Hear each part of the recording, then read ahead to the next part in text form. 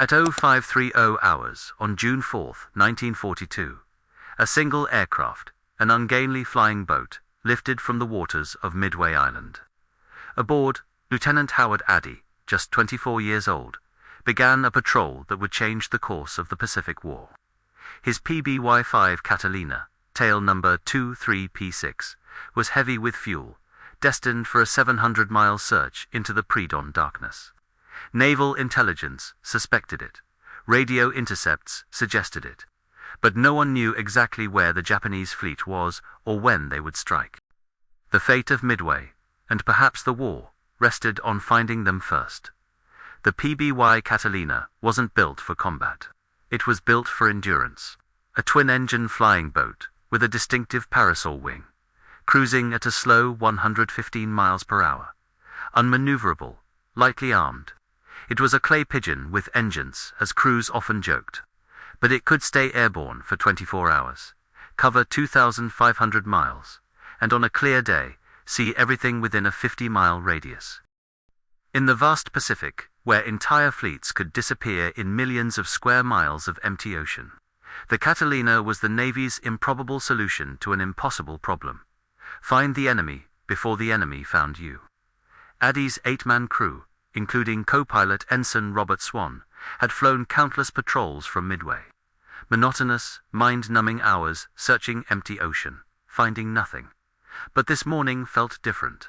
For 3 days, the base had been on alert. Every available aircraft was flying. Everyone knew the Japanese were coming. The question was when, and from what direction. Addy took off at 0415, climbing 2 cruise altitude and heading northwest. His assigned sector covered 45 degrees of arc, extending 700 miles from Midway. He would fly out, turn 15 degrees, fly back, turn again, systematically searching 22,000 square miles of ocean. The Catalina had one unique advantage. It could fly low and slow. Unlike land-based bombers, the PBY could drop to 500 feet, throttle back to 90 knots, and meticulously study every wave, every shadow, every anomaly on the surface. The crew could see what they were looking for. Then, at 0530 hours, 180 miles from Midway, Addy's co-pilot spotted it. Smoke. Multiple columns of black smoke rising from beyond the curve of the earth. Ships, many ships, making high speed. Addy turned toward the smoke, descending to 1,000 feet. Through the morning haze, the Japanese fleet materialized. 2 aircraft carriers, multiple battleships, cruisers, destroyers, the main striking force, exactly what they had been searching for. At 0534 hours, Addy's radio man transmitted the contact report to carriers and main body bearing 320 degrees. Distance 180 miles, course 135 degrees, speed 25 knots. That single message initiated the Battle of Midway. Admirals Fletcher and Spruance received it within minutes. Every American commander in the Pacific got the same critical information simultaneously. The Japanese fleet was located. The ambush could begin. But Addy's job wasn't finished. He needed to maintain contact, provide updates. The problem was, Japanese Zero fighters were already launching from the carriers below, climbing directly towards him.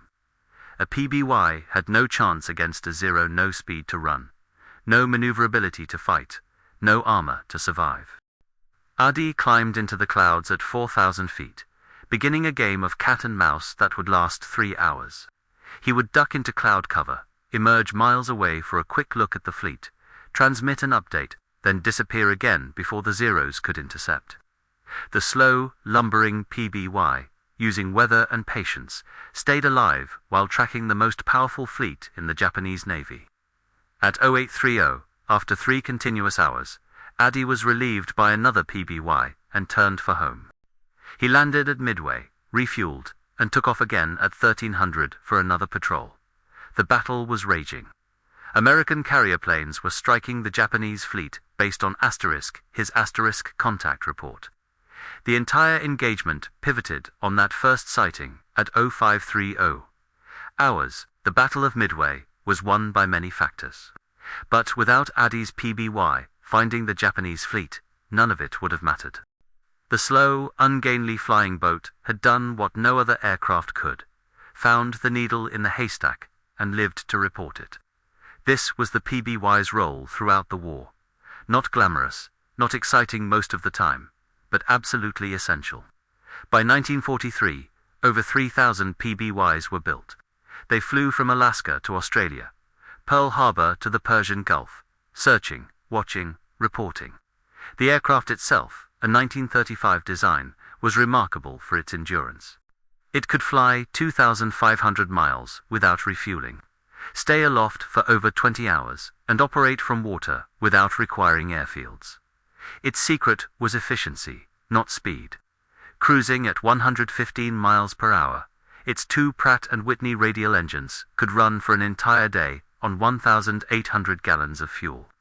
It was basically a flying fuel tank with wings. This range came with trade-offs. It was slow, unmaneuverable, and lightly armed. PBY crews knew it. But the Navy didn't need the PBY to fight. They needed it to *C*. In the Pacific War, information was often more valuable than firepower. Life aboard a Catalina on an 18 to 24-hour mission was grueling. Behind the flight deck, bunks offered off-duty crew members a place to rest, though sleep was difficult amidst engine noise and turbulence. A small galley with a hot plate allowed for coffee and canned food. Vienna sausages were standard. There was a chemical toilet, a rare amenity. These weren't luxuries. They were necessities. Veterans recalled that by hour 15, everyone was exhausted, often cold or unbearably hot, and sick of Vienna sausages. But the ability to make hot coffee, a small comfort, was an immense morale boost on those endless patrols. The PBY's versatility was its most important capability. Its ability to take off from water meant island bases needed only a protected lagoon. Remote atolls became unsinkable aircraft carriers for PBY operations. The amphibious PBY-5A, with retractable landing gear, could operate from both water and land, doubling its tactical flexibility. By late 1942, the Navy realized the PBY could do more than just patrol. Its long range and ability to operate at night made it ideal for a mission nobody had anticipated: attacking Japanese shipping in darkness. The Black Cat squadrons were born. The Japanese owned the daylight, but at night their ships were vulnerable. Lieutenant Commander Clarence Taff pioneered these tactics. His squadron, VP-12, arrived at Guadalcanal in December 1942. Determined to intercept the Tokyo Express, fast destroyers delivering supplies at night. First, the paint. Standard PBYs were blue-gray and white. Taff had his aircraft painted matte black, even the national insignia. In darkness, they became invisible. Then, the tactics, night attack, was about unpredictability. Black Cats would fly low, sometimes just 50 feet above the water, using island silhouettes to mask their approach. They attacked from unexpected angles, dropped bombs, depth charges, torpedoes, even hand grenades, and vanished into the night. Japanese sailors, once feeling safe in darkness, suddenly faced black-painted flying boats appearing from nowhere, striking, and disappearing like a cat hunting. The name Black Cat was even adopted independently by the Japanese. On February 21, 1943, Lieutenant William Goff and his Black Cat crew from VP-54 spotted a Japanese destroyer approaching at 50 feet. Using the dark mass of Kolumbangara Island, Goff climbed to attack altitude and released to 500 lb bombs. Both hit. The destroyer exploded and sank in minutes. But Black Cat operations were dangerous. Flying low at night in a slow, large aircraft led to spatial disorientation, mechanical failures, and navigation errors. Of the 7 original Black Cats at Guadalcanal, 4 were lost within 2 months. Yet, they persevered, laying mines in Japanese harbors, interdicting barge traffic, and hunting submarines in the perpetual fog of the Aleutians. On one mission, a VP-54 PBY, caught by Socrates, escaped by flying so low between to Japanese destroyers that the ships fired at each other in the confusion. But the PBY's greatest contribution was not combat, it was rescue. By mid-1943, hundreds of American aircraft operated over vast oceans. When they went down, their crews faced death unless someone found them quickly. The PBY became the Navy's primary rescue aircraft, saving thousands of lives. The most famous rescue occurred on April 18, 1943. Captain Eddie Rickenbacker, America's top ace from World War I, and 7 crew members survived 24 days in life rafts after his B-17 went down. They were finally spotted by Lieutenant William Iddy in a PBY from VP-51. Iddy landed in 8-foot swells, dangerous maneuver that could easily capsize the aircraft, and successfully rescued all survivors. Most rescues, however, weren't famous. Lieutenant Nathan Gordon of VP-34 received the Medal of Honor for rescuing 15 sailors on February 15, 1944. Japanese fighters had shot down multiple American aircraft near Kavieng. Gordon landed his PBY in the harbor under enemy fire, taxied to each life raft, and pulled survivors aboard, making 3 separate landings, each time under fire. The PBY's boat hull was designed to handle rough water. Experienced pilots could land in 10-foot swells, slamming into waves with tremendous force, like riding a bucking bronco made of aluminum. But the hull held, and men lived because of it. By 1944, the Navy established systematic Dumbo missions, named after the Disney elephant. PBYs orbited near strike operations, ready to rescue downed airmen. Fighter pilots knew, if they went down, a Dumbo would come for them, making them more aggressive, more willing to press attacks. Over 2,000 airmen were rescued by PBYs during the war. The Catalina also pioneered long-range medical evacuation.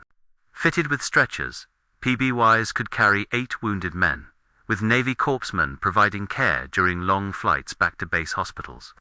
For men on isolated islands or damaged ships, the PBY was often the difference between life and death.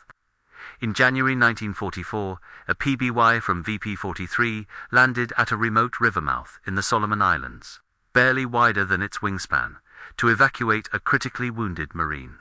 The pilot flew up the river at treetop height, landed with no room for error, and took off down the same narrow channel. The Marine survived because the PBY crew attempted the impossible. Beyond reconnaissance and rescue, modified Catalinas carried early radar systems by 1943, becoming the Navy's first airborne early warning aircraft. Squadron VP-63 operated radar-equipped PBYs from Alaska, tracking Japanese submarines and guiding task forces through perpetual fog. The Catalina served with multiple Allied nations. The British RAF used over 604 anti-submarine patrols in the Atlantic. The Royal Canadian Air Force protected convoys. The Soviet Navy received 189 through Lend-Lease. The Royal Australian Air Force flew milk runs, delivering supplies and evacuating personnel from behind Japanese lines, flying alone, often unarmed, and landing in enemy-controlled waters. These missions required exceptional courage. Australian Flight Lieutenant G.H. Hemsworth flew 112 milk runs, was shot down 3 times, and survived the war. Production continued throughout the war, with over 3,000 Catalinas built, making it the most produced flying boat in history. The final U.S. Navy PBY combat missions occurred on August 14, 1945. They were on patrol near Japan when they received word. Japan had agreed to surrender. They completed their patrols, returning to bases at dawn on August 15, logging the last operational flights of PBYs in World War II. After the war, many PBYs continued flying. Smaller nations acquired them. Civilian operators used them for passenger service to remote locations, and some became firefighting aircraft. A few still fly today, over 80 years after the first Catalina took flight, a testament to its robust design. The PBY Catalina was never the fastest, most maneuverable, or most heavily armed aircraft of World War II, but it may have been the most important. It found enemy fleets when no other aircraft could. It rescued thousands of men from certain death. It flew missions lasting longer than a day in weather that grounded other aircraft from bases that were nothing more than protected water. The men who flew Catalinas rarely received the recognition given to fighter pilots or bomber crews. Their missions were often boring, flying straight lines over empty ocean for 20 hours. But when they found the enemy fleet that everyone was searching for, when they landed in rough seas to pull survivors from the water, when they appeared out of the night to attack enemy ships, they proved that victory in war often comes from the slow, steady, unglamorous work that keeps operations running day after day. Lieutenant Howard Addy, who found the Japanese fleet at Midway, survived the war and retired from the Navy as a captain. He rarely talked about that morning in June 1942, when his sighting changed history. When asked about it years later, he said he was just doing his job, flying patrol, searching for the enemy, reporting what he found. That was what PBY crews did, he said. Nothing special, just their job. But that job, multiplied by thousands of crews flying millions of miles over empty ocean, helped win the Pacific War. The Catalina proved that in modern warfare, the ability to see and report is often more important than the ability to destroy. Information wins wars.